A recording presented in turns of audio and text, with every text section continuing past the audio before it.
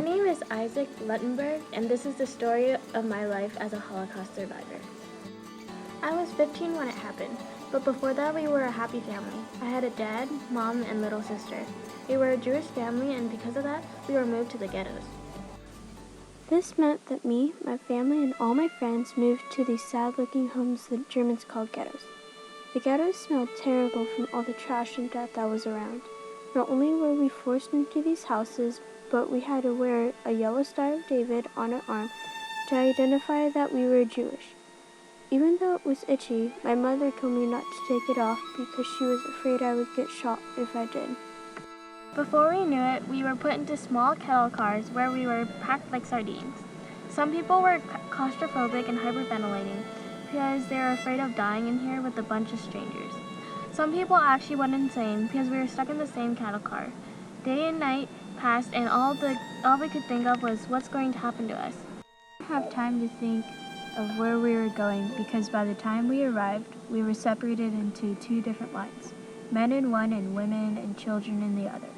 If I knew that this was the last time I would see my mother and sister, I would have told them that I love them. We were led to a room where we were told to change out of our old clothes and were inspected from head to toe. Then we were led to a barber where they cut all our hair. After that, we lost our identities. My new name was A1739. We were all given jobs to work at. I had the worst job ever. I was a commando. I had to throw the sick and the unwanted into the crematories where they died a painful death. It was heartbreaking, but I knew if I didn't obey, I would die instead. But I was happy to stay with my father.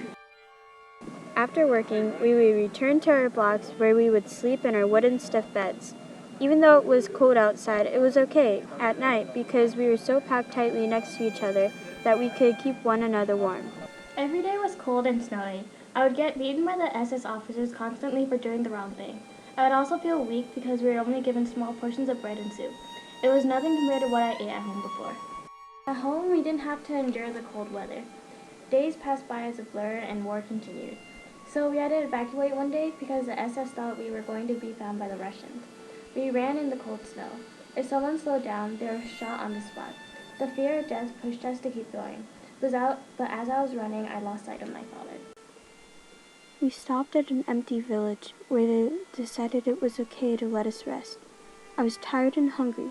I found my dad resting on the ground with a piece of bread. It was like an animal took over me. I snatched it from him, and as we were leaving, I left him out in the cold to die. That fear of death inside me made me forget my morals, and I abandoned my father. I had to leave him behind because I was afraid of getting shot or left behind.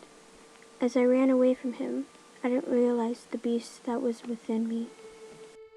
We finally arrived at a new camp and stayed there for 2 to 3 months. I again continued working as a commando. Then a miracle happened. The Americans had come to save us. They had arrived in big tanks and other vehicles to stop the wrath of the SS officers. We were free. Years have passed since I had that horrible experience. I have regret leaving my father. I regret stealing from my father when he was the only one I had left. Now I have my own family and I am happy again. But the pain and torture of the Holocaust will never leave me. My name is Isaac Luttenberg, and I am a Holocaust survivor.